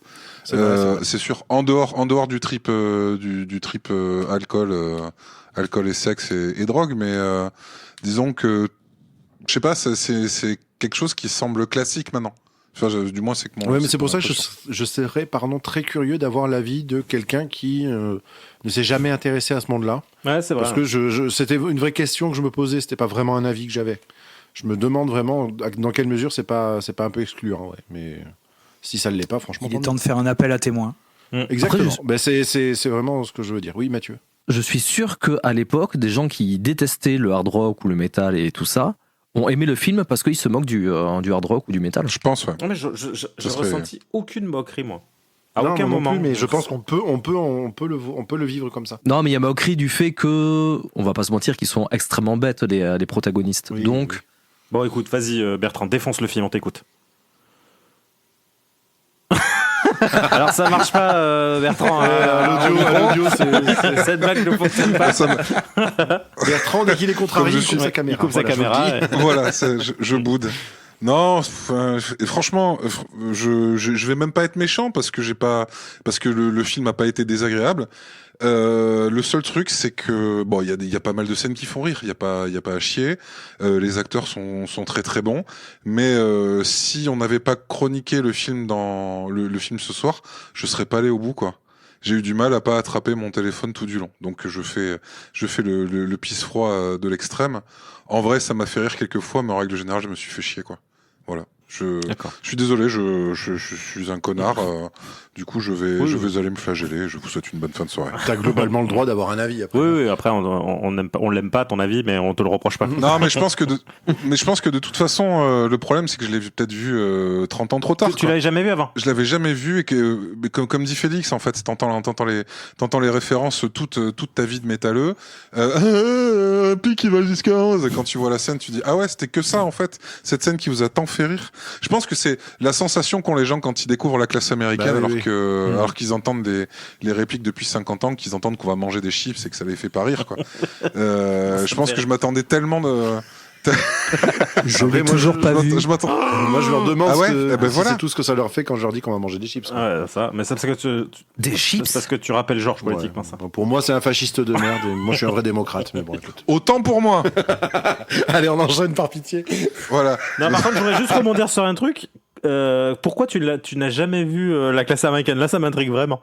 Parce que pour le coup, c'est ultra de notre génération, même si on n'est pas exactement de la même, et pas de beaucoup. Mais je veux dire, c'est quand même très de notre génération. On va dire, allez, maintenant de 50 à 35, je pense. Tout le monde a vu la classe américaine. T'as jamais eu envie? Non. Ok. Merci. Voilà.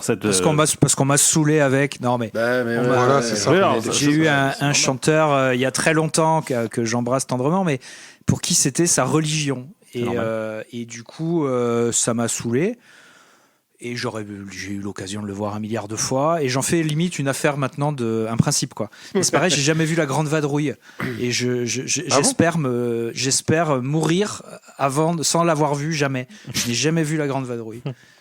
Et j'en fais une vraie fierté, tu vois. Ouais, voilà. Je veux que ce soit marqué sur ma tombe. Il n'a jamais vu il n'a vu ni la classe américaine ni la Grande Vadrouille. Je tiens à le dire, voilà. Et comme ça, on n'aura pas besoin de testament. Ce podcast. Du coup, toute ta vie, l'histoire des chips, c'est l'histoire de oh bon voilà. Tu ne comprendras jamais. C'est vrai, c'est ça. Ça ne t'évoquera rien. Et rendez-moi mes chaussures et tout ça. Ouais, mais c'est la même chose, j'ai l'impression. Tu vas avoir l'épitaphe la plus ouf, en vrai. Ouais, elle va être longue. Tu vas avoir une tombe. Elle va être un peu longue. Ouais, c'est pas grave. T'auras un mausolée pour toi, juste pour qu'on puisse tout écrire. Et sinon, en termes d'actu, vous en êtes tout. Parce que vous avez sorti un album il y a pas hyper longtemps, non ? 3-4 ans. C'est vrai, putain, j'en voyais un peu ouais. récent. Ça commence à faire, ouais. Ah ouais, donc, C'était après le confinement, ça va faire 3 ans et demi, ouais. D'accord, est-ce que c'était l'album de la maturité ?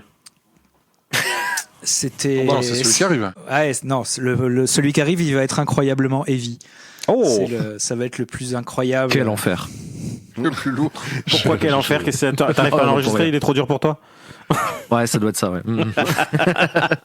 Il faut qu'on arrive à le composer. Puisqu'on arrive, on parle de mockumentaire et rockumentaire, le prochain album va être incroyablement heavy. J'ai passé mon adolescence à lire les magazines et tout ça, où chaque groupe annonçait ça. Et bon, voilà. Et encore aujourd'hui, j'ai vu il y a genre 3 semaines, c'est avec des potes, c'est devenu un running gag, mais depuis vraiment de nombreuses décennies. Le guitariste de Korn a dit le prochain album de Korn va être incroyablement heavy. Ça fait 30 ans qu'il le dit, quoi. Tu as 60 ans, monsieur, et moi, depuis que j'ai 15 ans, je lis ça et c'est rarement le cas, donc voilà, je trouvais ça très rigolo. Donc notre prochain album sera incroyablement heavy. Ok. On compose là, grosso modo. On était chez Mathieu hier, on a composé, on a travaillé, voilà. Et on n'a pas trop de dates là, donc on laisse couler un petit peu pour essayer de faire des choses nouvelles et de faire des trucs un peu heavy. On refait des dates et en fait, incroyablement heavy. Incroyablement. Et on a des dates prévues à la fin de l'année. Ouais. Ok. Trop bien. Et ça me permet moi de rebondir parce que on a un petit peu vaguement parlé de vous et du groupe, mais pas assez à mon goût. On n'a pas précisé en fait clairement la musique que c'était, ni même ce que vous jouiez vous dedans. Mis à part que tu mets des shorts de cargo camouflage. Oui, voilà, c'est tout ce qu'on sait et que tu imites Max Cavalera. Déjà, ça donne une bonne idée du groupe, hein, un short cargo camo. Oui, mais pour ceux qui connaissent pas, qui sont pas très à l'aise avec tout ça, j'aimerais bien en avoir plus de détails. D'ailleurs, c'est toi qui as inspiré le short cargo de Kerry King, si je ne m'abuse. Et de Max Cavalera, bien sûr. Oui. Et de Max Cavalera, bien sûr. Du coup, Félix, qu'est-ce que tu peux nous dire sur la musique de Nox ? Comment tu la définirais ? C'est quoi vos influences, etc. Et puis, qu'est-ce que toi tu fais dans ce groupe ?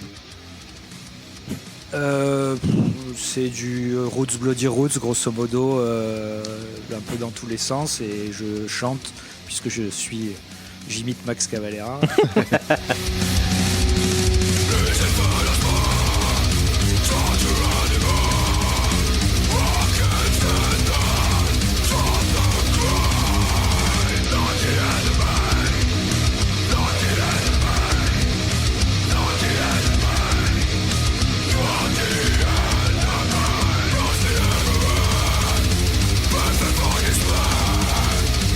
Oh oui, c'est métal un peu, c'est groove metal, influence années 90, Sepultura, Pantera, tout ça. Ok, et donc toi tu chantes et tu joues de la guitare et chant. Ouais, c'est ça. Ouais. Ok. Mais un peu modernisé quand même. Oui, il faut le dire. Ouais, incroyablement heavy, quoi. Incroyablement heavy. Et toi, Mathieu, du coup ? Et bien du coup, moi, dans ce groupe, je joue de la basse et voilà, c'est moi qui ramène le côté ABBA et Dientel dans le groupe. Et ça fait combien de temps là que tu y es ? Parce que en fait, j'ai eu la chance de connaître Adri avant, mais ça fait un max de temps que tu y es là. Ça fait 10 ans, un truc comme ça. 10 ans, putain. Pareil, j'ai connu. On a connu en même temps, moi, ouais, Thomas, donc effectivement. Voilà. Donc c'est à peu près ça, ouais.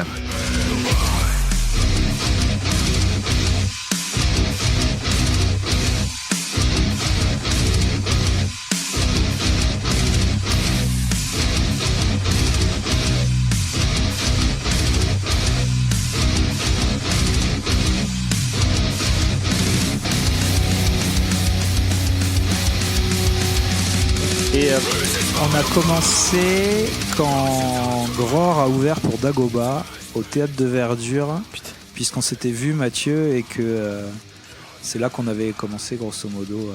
J'y étais. Ah oui, okay. Il a coupé. Il a coupé la caméra. Et t'as d'autres projets, Mathieu ? Je n'ai jamais su, t'as pas d'autres projets à côté musicaux ?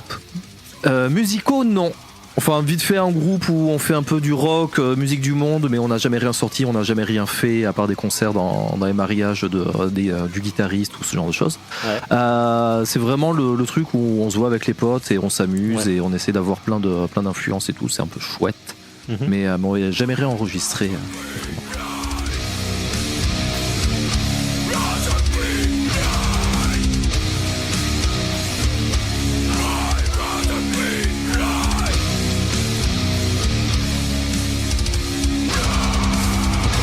Ouais, donc à côté de ça, donc Tout l'inverse de Nox, quoi. Ton autre hobby, c'est le stream. Donc je pense que peut-être qu'il y a des gens du stream qui vont nous écouter. Du coup, Tout à fait, je vais en faire la pub. Alors ouais, je suis pratiquement tous les soirs, sauf le samedi soir sur Twitch à partir de 21h, jusqu'au bout de la nuit. La chaîne c'est Poitrine, P-W-A-T-R-I-2-N. Et voilà, j'ai lancé une petite chaîne YouTube où il y a quelques VOD pour ceux qui ont la flemme de lancer Twitch, avec le même nom du coup. Et voilà. Ouais, mais avec grand plaisir. Très important. Et ça m'amène je précise, je voudrais juste préciser une petite seconde que il faut aller voir les vidéos, même si on s'intéresse pas au truc, ne serait-ce que pour voir ton installation. Oui, parce que vraiment, je ne peux pas être plus dithyrambique sur un truc que le taf de décoration, d'installation que tu as fait. On dirait un avant-après d'Amido à la fin d'un déco, tu sais. Ouais, c'est ça. Mais moi, c'est le avant. Non, c'est le dépôt dans lequel elle met tous les trucs. Ouais, c'est ça, débarrasse pour rénover. Sinon, il y aurait un gros panneau streaming derrière. C'est Valérie Damido qui s'est fait violer par le Black Pearl quand même, hein, si je puis me permettre. Ouais, c'est ça. Ouais. Et par contre, moi, c'est une question que je me pose souvent parce que ça m'arrive de fois. Je vais pas énormément sur Twitch, mais des fois, ça m'arrive de voir des morceaux de tes lives. Comment tu fais pour faire tous tes streams? Ils durent 9 heures en moyenne. Ouais, c'est un truc de fou. Comment t'arrives à streamer aussi longtemps? Ben, parce que j'adore ça. Vraiment, et même. Alors, je suis un gros gamer de base, vraiment, c'est dans mes veines. Et j'avais l'habitude déjà de jouer énormément. Et depuis que j'ai commencé le stream, j'arrive plus à jouer sans streamer. D'accord. Et donc, du coup, je suis bien, je papote. Après, souvent, en début de live, c'est un peu. C'est assez dynamique, il y a énormément de gens qui parlent, j'ai des espèces de spectacles sons et lumières qui peuvent arriver sur la chaîne et tout, donc c'est assez dynamique. Et vers 1h, 2h du matin, ça se calme, et là on est dans une seconde vague un peu plus chill, on discute tranquillement de plein de sujets. Et vraiment, il y a deux facettes dans mes lives où justement ça permet de durer un peu plus longtemps et d'être tranquille, et voilà. Et c'est quoi ton record de stream? Je crois que tu en as fait d'une vingtaine d'heures ou même plus, non? J'ai fait 72 heures. 72 heures, mon Dieu. Mais à un moment, tu dormais? Alors, je dormais en live. Alors, sachant que donc du coup, j'ai des spectacles sons et lumières, et que je me suis dit la première nuit, ça va être cool, je vais laisser les sons et lumières, comme ça ils pourront me réveiller pendant la nuit. Ça a été des salauds, ils m'ont torturé pendant toute la nuit. Donc pour l'autre nuit d'après, j'ai désactivé la chose. Mais ouais, 72 heures. Et c'était pour ton kiff ou c'était genre un streamathon, un truc comme ça? Il y avait quelque chose? C'était pour les 3 ans de la chaîne, où je voulais un peu remercier tout le monde. Putain, pour les 10 ans, tu vas en chier. Ouais, j'ai dit que je le referai plus jamais. Tu m'étonnes. Fini. Dormir devant des gens, c'est chaud. Ouais. Et en plus, s'ils ont le moyen de te réveiller. En plus, faut pas. Tu sais que c'est l'antichambre de l'enfer, Internet. Donc, oui, c'est ça. Mais coup, moi, c'était payant. Donc, j'ai gagné un maximum de thunes. Et ouais. Le vénal. L'argent avant tout. L'argent avant tout. Parce que contrairement au rock et au métal de nos calibres, tu gagnes de l'argent. Oui. Ce qui est quand même. Alors, sachant qu'avec Nox, on perd pas d'argent, et ça, c'est beau. On gagne même de l'argent pour presser des CD et tout ça. Rentrer dans ses frais, déjà, c'est un bel aboutissement. Pardon. Oui, c'est pas rien. Nous, on a la chance de gagner de l'argent. Ouais. On fait beaucoup plus que rentabiliser. Ouais, non, je ne sais pas comment c'est possible, mais effectivement. Après, ça fait quelques années que vous faites ça. Il serait peut-être temps que. Enfin, je veux dire, ça n'est qu'un juste retour des choses, que ça finisse un peu par payer. Peut-être que c'est parce que vous faites ça bien. Peut-être aussi. Ben oui, tout simplement. Oui, il y a peut-être ça aussi. Ouais. On essaye. On va profiter parce qu'à la rentrée, ça va pas se passer comme ça. Il va falloir aller à l'école et tout. Le rock, c'est fini après. Oui, non, c'est les vacances là, d'accord. Okay, mais... Faut être adulte. Mettons, vous prenez une année sabbatique. Mais à la rentrée. Thibaut, t'as une question depuis 8 heures, je crois. C'est pas grave, oui. Non, mais c'était pour. Je voulais pas non plus trop centrer la conversation là-dessus, mais c'est vrai que c'est un sujet intéressant et un peu atypique aussi, mine de rien. En tout cas, dans le podcast, c'est par rapport au stream. Je veux savoir déjà depuis combien de temps tu faisais ça. Qu'est-ce qui t'a poussé à essayer de vraiment te mettre à streamer, et combien de temps tu dirais que ça t'a pris avant que ça commence à prendre un petit peu, que ça commence à percer? Alors, je considère pas avoir percé, même si. Non, mais quand t'as commencé à avoir des gens qui venaient régulièrement, avec qui tu pouvais entretenir des conversations sur ton stream, quoi. Alors du coup, je vais essayer de faire ça dans l'ordre où tu as posé les questions. Ouais. Alors, ça fait 3 ans... Tu prends des stagiaires également. Ça fait 3 ans et demi que j'ai créé ma chaîne. J'ai commencé les lives... alors déjà, j'étais un gros consommateur de Twitch. J'étais même modérateur sur une grosse chaîne dont je tairai le nom parce que j'ai pas envie de sucer le buzz. Bon, même si ici, il y a peu de chance. Mais bon, bref, c'est pas la même audience. Que dire Bah, c'était Squeezie, ok, vas-y. Non, mais c'était du gros streamer pas mal, quoi. Ok. Ah, c'était Zerator, ok, c'est bon, on sait. Ça marche. Pas loin. Et du coup... Bon, ok, t'as modéré pour MV, vas-y. Ah, c'était lui, c'est bon. On l'a non, il a non répondu. Ce n'est pas lui. C'est faux. Ah bon, je n'ai aucune ref, donc allez-y. Hein. Ouais, moi, j'ai dit tout ce que je connaissais là, donc. Oui, pareil. Bon, bref, j'ai commencé le stream grâce. C'est ça? Non, Norman. Non, Michel Sardou. Michel Sardou. C'est pareil, hein, on a le droit de citer les deux dans la même phrase. C'est un modérateur pour Sardou, mon Dieu. Merde, je n'arrive pas à différencier les connards des connards. C'est avec une machine. Arrêtez, j'arrive pas à suivre, il dit trop de conneries. Ah, c'est bon, le live est fini, il n'y a plus personne. Ça a été les 50 minutes les plus éprouvantes de ma vie. 50 minutes. Vous allez le laisser répondre un peu, oui. Oui, vas-y, pardon. Pardon, on a eu une crise de droite, ça nous arrive souvent. Crise de droite. J'ai mal à ma droite. Putain, ouais. Ah oui, j'ai commencé le stream par rapport grâce au marathon filmant de Zerator, où en gros il faisait gagner des choses.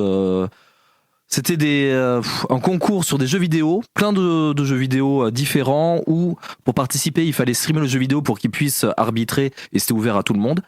Et ça m'a bien plu de streamer pour ce concours. Et donc j'ai continué un peu après. J'ai vite amélioré mon setup parce que j'aime le matos. Vous connaissez ça en tant que musicien. On aime accumuler des amplis et tout ça. Mais j'ai fait pareil avec le streaming, avec une bonne caméra. Et sachez-le, c'est notre maître à tous de ce côté-là. Et oui. et voilà, j'ai un peu amélioré mon stream au fur et à mesure. Un peu beaucoup. Et je pense que ça m'a pris à peu près 1 an pour fidéliser bien une bonne communauté, entre 5 à 10 viewers de moyenne. Et donc, quand tu prends sur des lives un peu longs comme moi, c'est-à-dire que c'est 300 personnes qui passent dans le live pendant ces 10 heures de temps et qui s'échangent un peu parce qu'il y a des gens qui vont dormir, il y a des gens qui vont faire manger, qui vont travailler et tout. Donc, c'est une 300 viewers réguliers par stream, en gros. Thibaut, t'es arrivé à 7, je crois. 7, ouais, max. Ouais, c'est bien. C'est ça. Bah, déjà, t'en as 7. Pas tout le temps. Non. Oui, bon, t'en as Moi, eu. c'est 7 sur la totalité d'un stream qui durait 12 minutes. Ah oui, mais c'est bien. Sur la totalité de la carrière, finalement. Non. Voilà, moi, il n'y avait aucune astuce dans ce que j'ai dit. Hein. Non, j'entends bien. Attention. Je constate que tu dis 7, pas au pif, puisque c'est également le nombre de nos auditeurs. Non, il n'y a que Marty, on a dit. C'est tout. Oui, c'est vrai.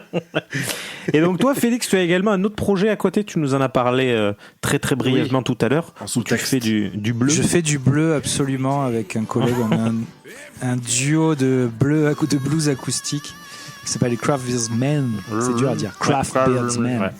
Et ouais, on est du Mississippi, donc.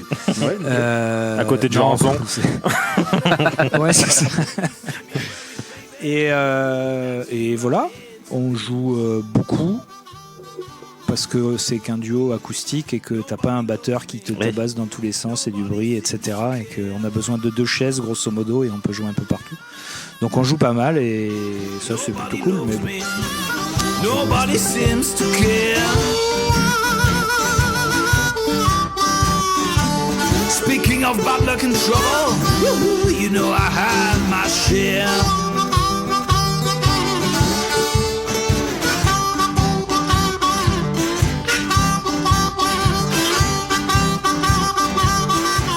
Fête anniversaire, bar mitzvah. On a fait mariage, on a fait inauguration dans un garage. Ah oui, tu me l'avais dit ça. Chez Renault, de la nouvelle Mégane électrique, etc. C'est que des plans horribles. Ça paye bien en général, tu fais vraiment des sous. Parce qu'ils ont des Par contre, enveloppes. C'est juste l'enfer. C'est horrible. Donc non, c'est pas les plans les plus cool. Ouais. Donc t'as préféré jouer dans un garage avec nous, c'était mieux. Putain, absolument. Ça, c'était une bien belle soirée. Bon. Ouais. Est-ce qu'on a tout dit ou est-ce que vous avez encore plein de questions à poser à nos invités du pardon, jour ? moi je voudrais juste, on est sur les actus. Au moment où l'épisode sortira, ce sera toujours valable. D'ici, je pense, un gros mois et demi. Au moment de la sortie de l'épisode, je vais commencer à mettre en ligne la saison 6 de Ciné Bad Pitch que j'ai vaguement annoncé dans un foreshadowing un peu fou. Je vais la mettre en ligne au moment du début de mes vacances scolaires, hein, donc ce sera aux alentours du 14 juillet. Voilà, saison 6 de Ciné Bad Pitch sur Instagram, vous cherchez Ciné Bad Pitch et vous venez vous amuser avec nous, ça va être chouette. Donc voilà, je vais faire deviner 30 films, un par jour, et voilà, il y aura un système de points, classement par points. Et d'ailleurs, il est possible qu'il y ait une récompense à la fin de cette saison-là pour la première fois, et que voilà, donc on en discutera, mais il est possible qu'il y ait une petite récompense. Et non, voilà, et là pour le coup, le thème de cette saison-là, je ne l'ai pas encore dit sur la chaîne, donc on verra ceux qui écoutent. Le thème de cette saison-là, ce sera des illustrations générées par intelligence artificielle en rapport avec des films. Il faudra trouver les films. Donc ce sera relativement simple, mais en tout cas, ça va changer un petit peu. Voilà. Ça va loler de ouf. Très bien. Donc je vous y attends. J'en profite aussi. On en a parlé rapidement. Félix s'endort, donc j'en ai parlé. Ouais, c'est ça, il pique du nez. On en a parlé rapidement avec Thibaut. Je suis en train de regarder ta page sur Instagram, connard. Putain, il a Insta. Il pique du nez. Bande de sacs à merde. C'est sur 3615 Ciné Bad Pitch. Et donc donc je disais, ouais, j'en profite, on en a parlé rapidement dimanche avec Bertrand pour parler d'un film qui est lié complètement à l'univers de Spinal Tap, que je vous encourage fortement à voir. C'est le film Radio Rebelle, dont tous mes amis savent à quel point je lui porte une admiration infinie, qui est pas très connu, mais qui pareil, tu me l'as fait regarder celui-là. Ouais, qui a, je pense également été largement inspiré par Spinal Tap, qui raconte comment trois heavy métalleux décident de braquer une station radio avec des pistolets à la sauce piquante. Voilà, le pitch est absolument incroyable et en plus le casting est fou, c'est avec Brendan Fraser, Adam Sandler et Steve Buscemi. Et on retrouve également donc le Michael McKean, le chanteur de Spinal Tap, qui joue également dedans, qui fait le rôle de l'horrible patron de la station radio. Donc voilà, je pense que ce film également a participé à créer ça, et c'est un excellent film avec des putains de refs aussi à Motorhead, ce genre de choses. Donc si vous avez l'occasion de le voir, ou comme mes compars, vous avez qu'à le téléchaparder, mais voyez-le parce que c'est vraiment un incroyablement bon film. Est-ce qu'on a tout dit, les copains ? Cette fois, je pense que c'est bon, perso. Je pense. Est-ce que vous avez un message à faire passer ? Vous voulez dédicacer à un ami Moi, je suis le monde. Hein, Félix, Mathieu, très bien.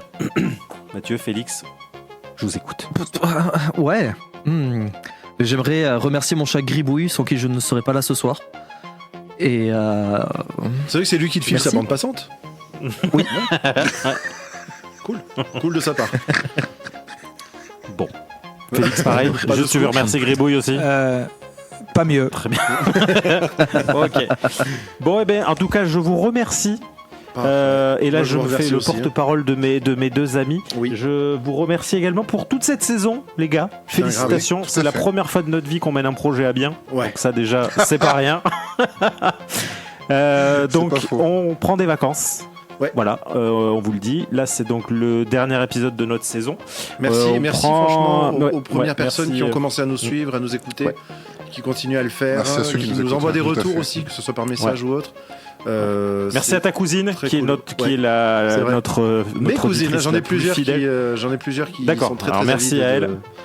De merci à tous ceux qui, à Mélanie qui nous commente et qui repartage nos stories. Donc, à nous merci aussi, voilà, il y a du monde. Cela. Donc on va prendre des vacances. On tease rien du tout. Non. Peut-être qu'il y aura quelque chose pendant l'été ou pas. Ah si. Voilà. Non, je suis désolé. Je suis désolé. On va dire qu'on va revenir en septembre et on va revenir avec. Je réitère au nom de nous trois, merci beaucoup de nous avoir suivis sur cette première saison. On a pris vraiment un plaisir de ouf à la faire. On revient en septembre avec des surprises qui devraient être vraiment sympas. D'ici là, profitez bien de l'été